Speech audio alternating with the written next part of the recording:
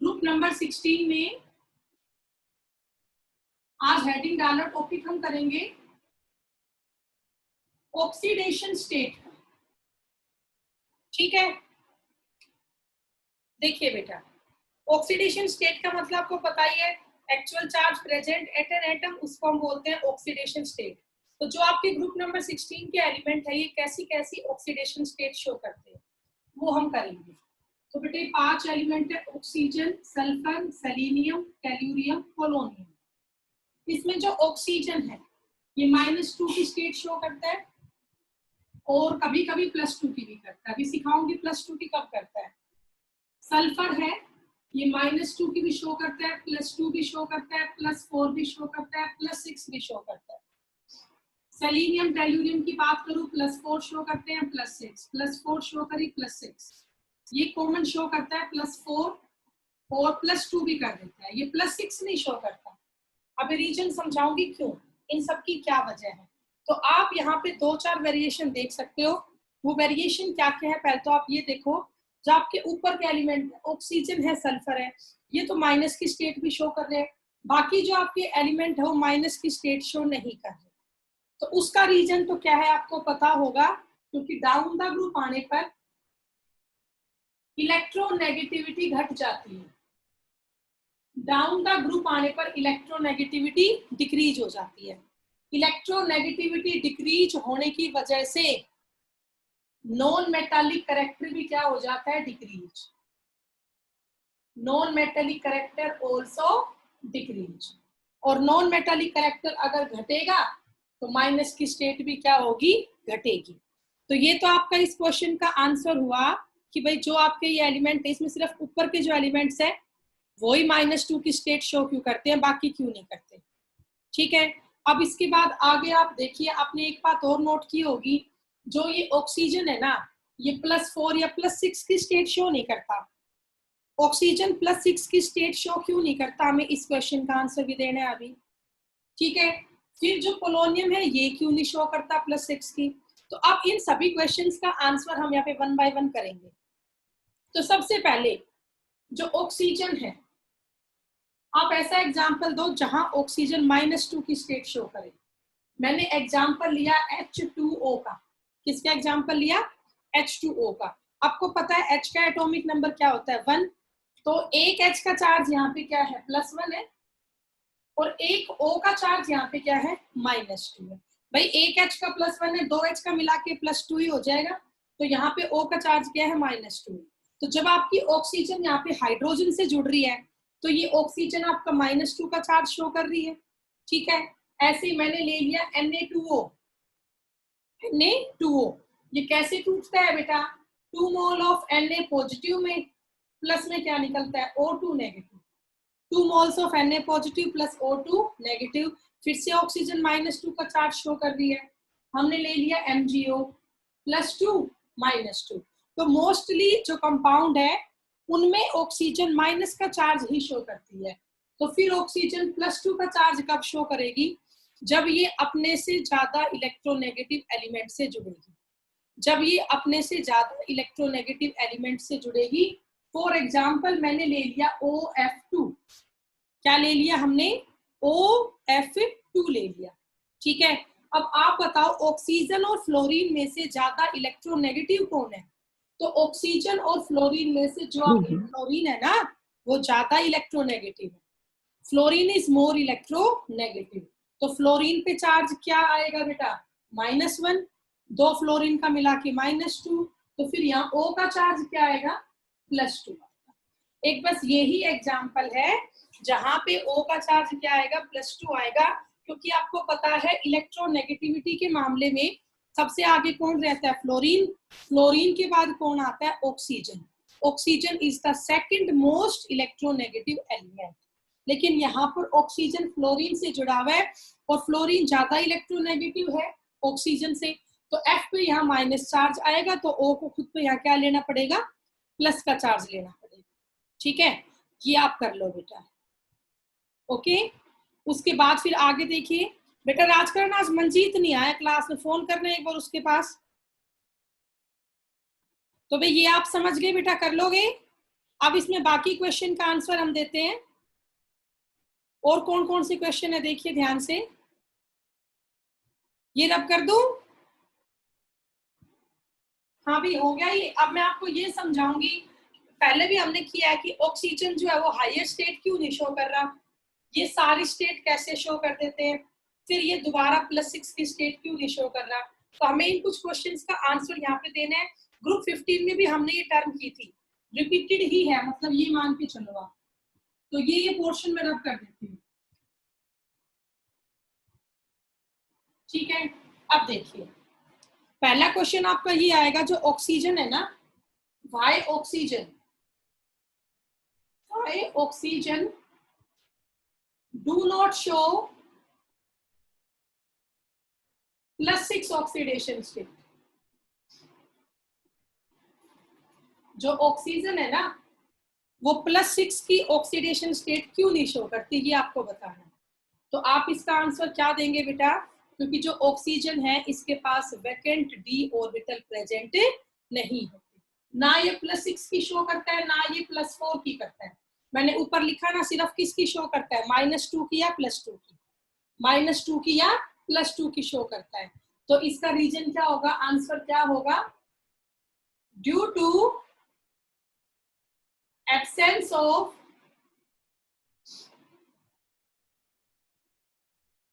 vacant d orbitals,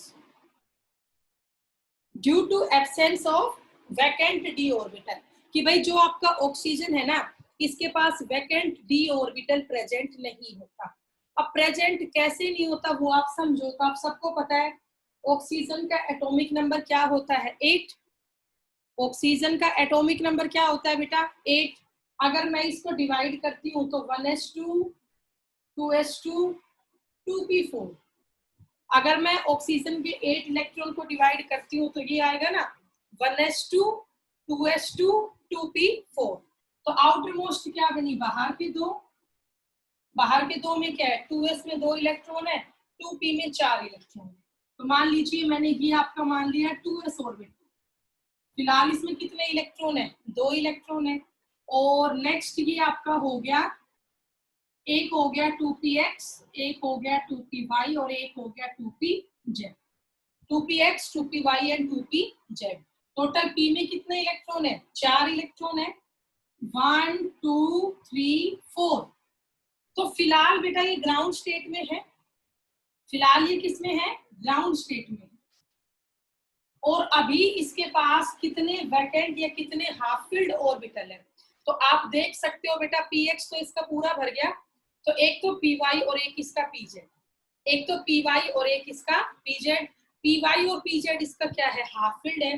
half field का meaning फिलहाल ये स्टेट शो कर रहा है +2, फिलहाल ये स्टेट किसकी शो कर रहा है, +2 की शो कर रहा है, क्योंकि अभी इसमें py और pz में 2 अनपेयर्ड ऑर्बिटल है।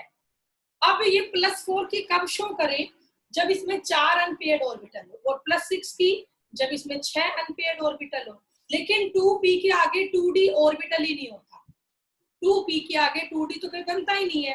तो ऑक्सीजन के पास d ऑर्बिटल ही नहीं है वैकेंट, तो ये 2 से ज्यादा इलेक्ट्रॉन को अनपेयर्ड नहीं कर सकता। यही वजह है कि जो ऑक्सीजन है वो +2 की या -2 की स्टेट ही शो करता है। तो सीधा सा रीजन है, हर बार यही रीजन आएगा, due to absence of vacant d orbital. ठीक है, कर ले बेटा आप इसको। हाँ तो ये क्वेश्चन आपको समझ में आ गया होगा, कोई डाउट है इसमें बताओ, रब कर दूं इसको, हो गया? Yes ma'am. ठीक है बेटा, बाकी बच्चों ने लिख लिया?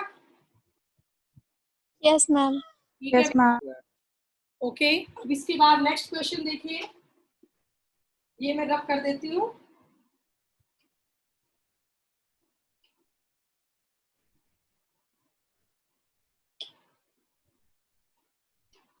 अगला क्वेश्चन है, जो हमारा ऑक्सीजन है ना ये सारी स्टेट कैसे शो करता है, ठीक है।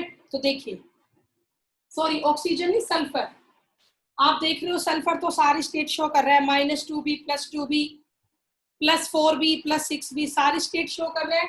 तो ऐसा क्यों होता है बेटा, अंकित स्क्रीनशॉट ले लेना, अंकित तो ठीक इसका है। रीजन आप सुनो, इसका रीजन क्या होगा। देखिए बेटा, आपको ये पता है जो सल्फर है इसका एटॉमिक नंबर होता है 16। अगर मैं इसकी कॉन्फ़िगरेशन लिखूं तो ये आएगा नियोन। नियोन का मतलब कितने इलेक्ट्रॉन हो गए, 10 हो गए। आगे बोलो क्या आएगा, 3s2 3p4, ये आपको पता होगा। नियोन 3s2 3p4, टोटल हो गए 16 इलेक्ट्रॉन। 10 यहाँ पे, 2 यहाँ पे, 12 और 4 ये मिला के 16 इलेक्ट्रॉन हो गए। ठीक है, तो अब इसके बाद आप आगे देखिए अब क्या होगा। फिलहाल इसको हम ग्राउंड स्टेट में लिखते हैं। GS का मतलब है ग्राउंड स्टेट। तो अभी इसमें 2s में कितने इलेक्ट्रॉन है, सॉरी 3s में, अभी 3s में 2 इलेक्ट्रॉन है। और अभी इसमें 3p में कितने इलेक्ट्रॉन है, 3 4 सॉरी 1 2 3 4। ये 3px, ये 3py, ये 3pz। इसके आगे क्या खाली पड़ा है, d ऑर्बिटल। ये क्या है बेटा, d ऑर्बिटल आगे वैकेंट है। ठीक है, तो आप खुद देख सकते हो अभी इसमें कितने अनपेयर्ड ऑर्बिटल है, 2 है, एक 3py में और एक 3pz में। एक तो 3py में है, एक आपका 3pz में है। तो फिलहाल इसमें 2 अनपेयर्ड ऑर्बिटल हुए। ठीक है, तो यहाँ पे स्टेट कितने की बनी, +2 की बनी। अब इसमें तो वैकेंट d ऑर्बिटल है, तो मैं इसको अगली बार कहाँ ले जाऊंगी, फर्स्ट एक्साइटेड स्टेट में, फर्स्ट एक्साइटेड स्टेट में ले जाऊंगी। ठीक है, अब जब ये फर्स्ट एक्साइटेड स्टेट में जाएगा तो क्या होगा, जो ये एक इलेक्ट्रॉन है 3px का, वो कहाँ चला गया, 3d में चला गया। इलेक्ट्रॉन 3px से कहाँ चला गया, 3d में चला गया। तो क्या आया बोलो, ये 3s में अब भी 2 इलेक्ट्रॉन है। इसके अलावा अब की बार 3px में एक ही इलेक्ट्रॉन बचा, 3px में एक है, 3py में एक है, 3pz में एक है। और आपका एक इलेक्ट्रॉन किस में चला गया, डी में चला गया। एक इलेक्ट्रॉन किस में चला गया, डी में, हो गया। अब इसके बाद फिलहाल इसमें कितने अनपेयर्ड हो गए, 1 2 3 4। तो अब ये स्टेट शो करेगा +4 की। अब ये स्टेट किसकी शो करेगा, +4 की। अब मैं इसको ले आऊं सेकंड एक्साइटेड स्टेट। अब हम इसको कहाँ ले आए, सेकंड एक्साइटेड स्टेट में। तो अब क्या होगा बताओ, जो ये 3s का पेयर्ड इलेक्ट्रॉन है, इसका ये एक इलेक्ट्रॉन कहाँ चला जाएगा, नेक्स्ट d ऑर्बिटल में। ठीक है, तो अब की बार क्या बन जाएगा बोलो, एक इलेक्ट्रॉन तो बच गया 3s में,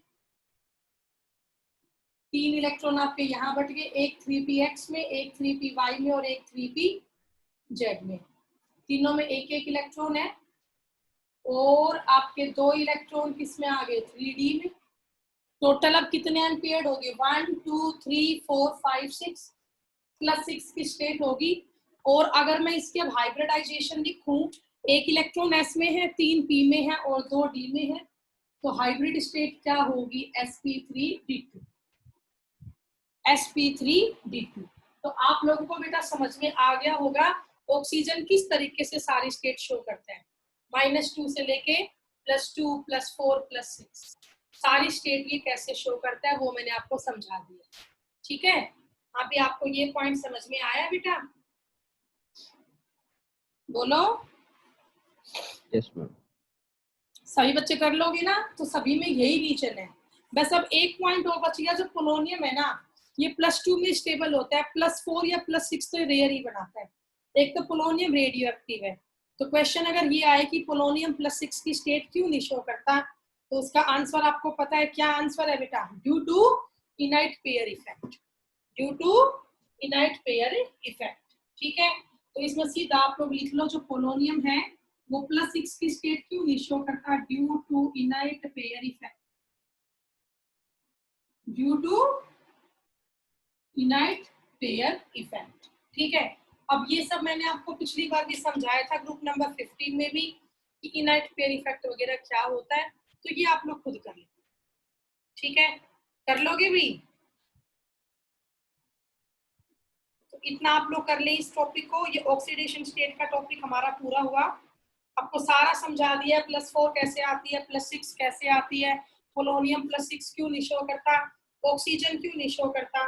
तो मेरे ख्याल से आप ये टॉपिक अब कर लोगे।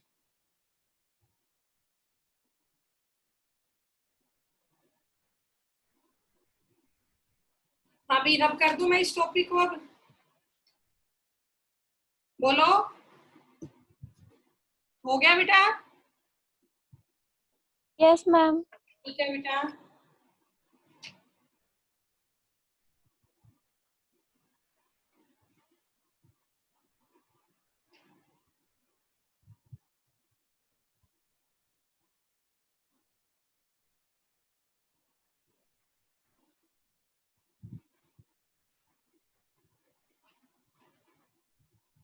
चलिए अब इसके बाद नेक्स्ट आप देखिए,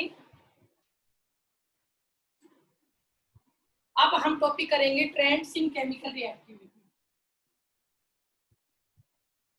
इन केमिकल रिएक्टिविटी, ठीक है। तो सबसे पहले हम यहाँ पे करेंगे बेटा हाइड्राइड्स।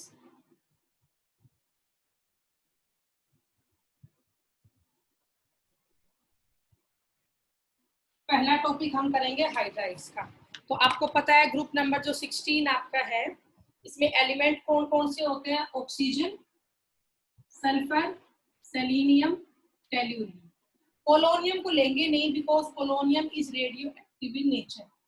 बेटा पोलोनियम का नेचर कैसा है? रेडियो एक्टिव है, तो वो कोई केमिकल रिएक्शन वगैरह उसके हम करवाएंगे नहीं, वो तो वैसे हाईली रिएक्टिव नेचर का है। अब इन सबके हाइड्राइड बनाओगे तो क्या बनेगा? H2O, H2S, H2SC, H2P।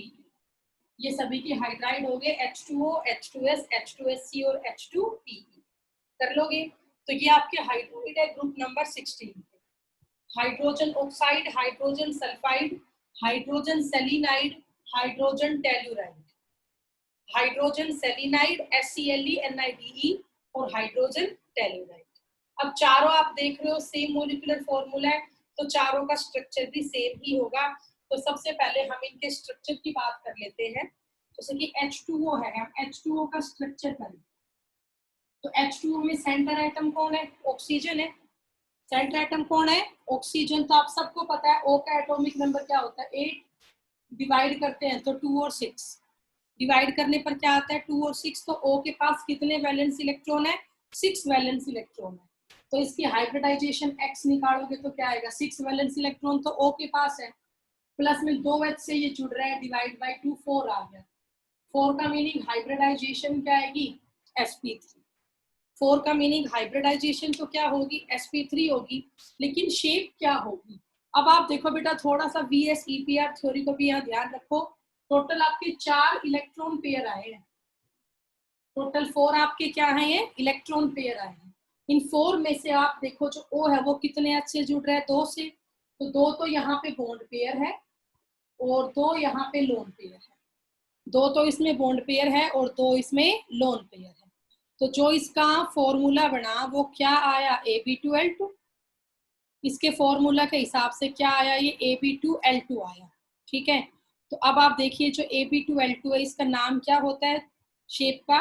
We और बैंड शेप। ठीक है बेटा, वी शेप या बैंड शेप, वी शेप या बैंड शेप। ओके, तो अब देखिए बेटा इसका स्ट्रक्चर हम कैसे बनाएंगे? वी शेप में बनेगा। जो H2O है, ऑक्सीजन एटम ये रहा आपका, इस पर 2 हमने जोड़ दिए H एटम, ये कुछ वी शेप होगी और 2 इसमें क्या प्रेजेंट होते हैं? Lone pair. ठीक है, और जो आपका ये H2O के बीच का बॉन्ड एंगल है ये है 104.5 डिग्री। कितना है बॉन्ड एंगल? 104.5 डिग्री है। ठीक है, तो अब इन बाकी सबका बॉन्ड एंगल की बात मैं करूं, अगर मैं इन बाकी सबके बॉन्ड एंगल की बात करूं तो सभी का बेटा शेप तो सेम होगी, बस सेंटर एटम चेंज कर देना, बाकी सभी की शेप क्या होगी? बिल्कुल सेम होगी, सारे वी शेप ही बनाएंगे। लेकिन बॉन्ड एंगल की बात करूं तो H2O का बॉन्ड एंगल सबसे ज्यादा होता है। H2O का बॉन्ड एंगल सबसे ज्यादा होता है, उसके बाद H2S का उससे कम, H2SE का उससे कम और H2PE का सबसे कम। ये इनके बॉन्ड एंगल का ऑर्डर है।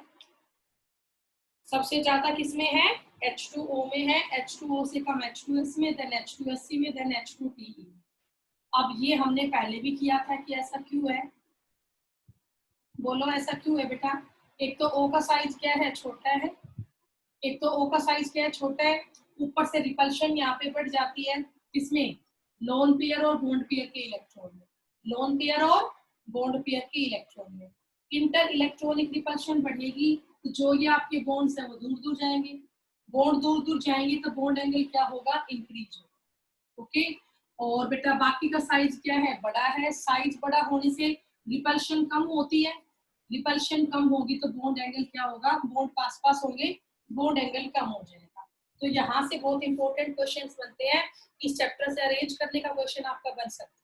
तो अगर बॉन्ड एंगल की बात हम करें तो जो H2O है इसका सबसे ज्यादा बॉन्ड एंगल, ठीक है, ओके।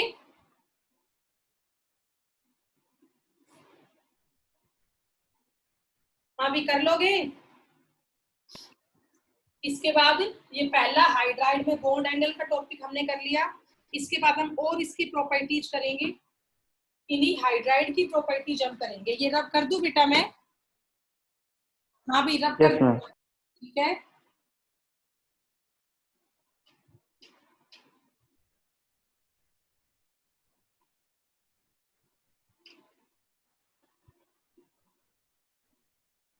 चलिए अब इसके बाद सेकंड टॉपिक है, हाइड्राइड का टॉपिक ही हम कर रहे हैं। अगली प्रॉपर्टी है वोलेटिलिटी।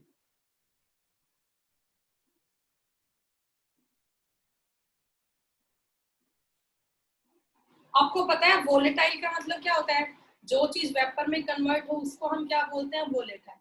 तो आपसे ये पूछा है इन चारों में सबसे ज्यादा वोलेटाइल कौन है, या इन चारों में सबसे ज्यादा वेपर्स किसके बनते हैं, ये आपको बताना है बेटा। Which one is most volatile in these four. तो आप क्या कहेंगे बेटा, जो H2O है ना इसकी वोलेटिलिटी कम होती है H2S से, और H2S की ज्यादा होती है H2SC और H2TE से। सॉरी बेटा, बताओ ऐसा क्यों, H2O की वोलेटिलिटी कम क्यों होगी H2S से, क्योंकि जो H2O है ना वो क्या शो करता है, हाइड्रोजन बॉन्डिंग। H2O क्या शो करता है, हाइड्रोजन बॉन्डिंग। इससे थोड़ी सी क्या इंक्रीज हो जाती है, इंटरमोलिक्यूलर फोर्स ऑफ अट्रैक्शन। बेटा क्या इंक्रीज होगी, intermolecular force of attraction. Molecule जो है वो हाइड्रोजन बॉन्डिंग से जुड़ गया है, बीच में फोर्स ऑफ अट्रैक्शन बढ़ गया है, तो उसको वेपर बनने में थोड़ा टाइम लगेगा, कम वेपर वो बनाएगा। तो H2O कम वोलेटाइल होता है किससे, एज कंपेयर टू H2S। वो आपको समझा दिया है क्यों, कि वाटर क्या शो करता है, हाइड्रोजन बॉन्डिंग शो करता है, हाइड्रोजन बॉन्डिंग की वजह से इसमें इंक्रीज हो जाता है इंटरमोलिक्यूलर फोर्स ऑफ अट्रैक्शन, ठीक है।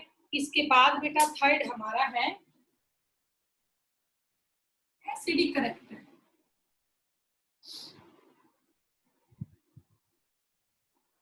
एसिडिक करेक्टर, तो अगर हम एसिडिक करेक्टर की बात करें तो जो ग्रुप नंबर 16 की हाइड्राइड है इनमें सबसे ज्यादा एसिडिक कौन सा होगा, H2O सबसे कम होगा, उससे ज्यादा होगा H2S, उससे ज्यादा होगा H2SC, उससे ज्यादा होगा H2TE। एसिडिक करेक्टर सबसे ज्यादा किसका होगा, H2TE का होगा, ठीक है। और आप इसको बड़ा इजीली समझ सकते हो, जो H2TE है इसमें टेल्यूरियम का साइज क्या है, बड़ा है, due to large size, due to large size. Tellurium का साइज यहाँ पे बड़ा है, साइज बड़ा होने से क्या होगा, जो टेल्यूरियम और H के बीच का बॉन्ड है वो इजीली ब्रेक हो सकता है, जल्दी ये अपना क्या रिलीज कर देगा, H पॉजिटिव आयन। यही वजह है जो H2TE है ये आपका ज्यादा एसिड है, due to large size of center atom, ठीक है। सेंटर एटम का साइज बड़ा है तो यहाँ पर जो बॉन्ड होगा वो लंबा बनेगा between the hydrogen and tellurium, bond की लेंथ बढ़ेगी तो बॉन्ड पता है मेरे को अटक रही, उठ गई वो भी अटकी हुई, ठीक है बेटा। तो ये ले आना फिर। तो ये आपका हो गया एसिडिक करेक्टर, ठीक है। तो ये भी आप समझ गए होंगे कि H2TE यहाँ पे मोस्ट एसिडिक क्यों है, जो जितनी जल्दी H+ आयन निकालेगा ना वो उतना ही ज्यादा एसिडिक होगा, ठीक है, अब इसके बाद इसकी फोर्थ प्रॉपर्टी कर लेते हैं। 3 तो हमने कर ली है हाइड्राइड की, अब फोर्थ हमारा है थर्मल स्टेबिलिटी।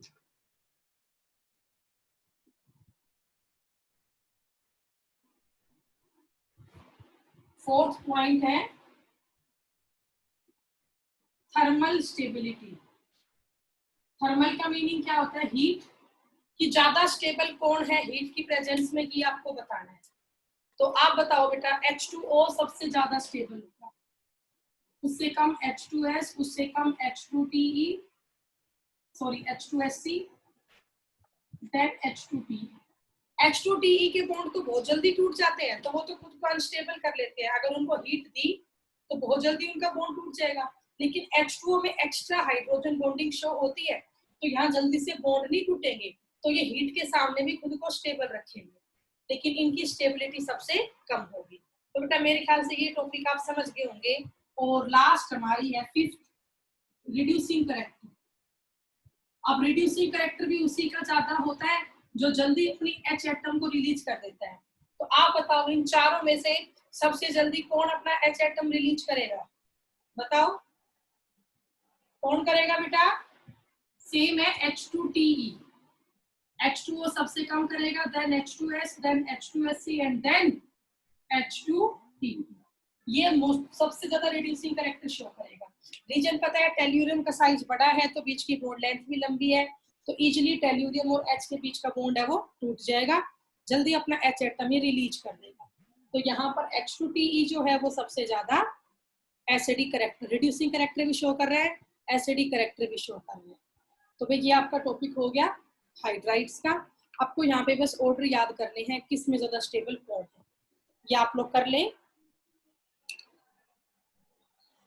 इससे आगे का नेक्स्ट क्लास में करेंगे बेटा।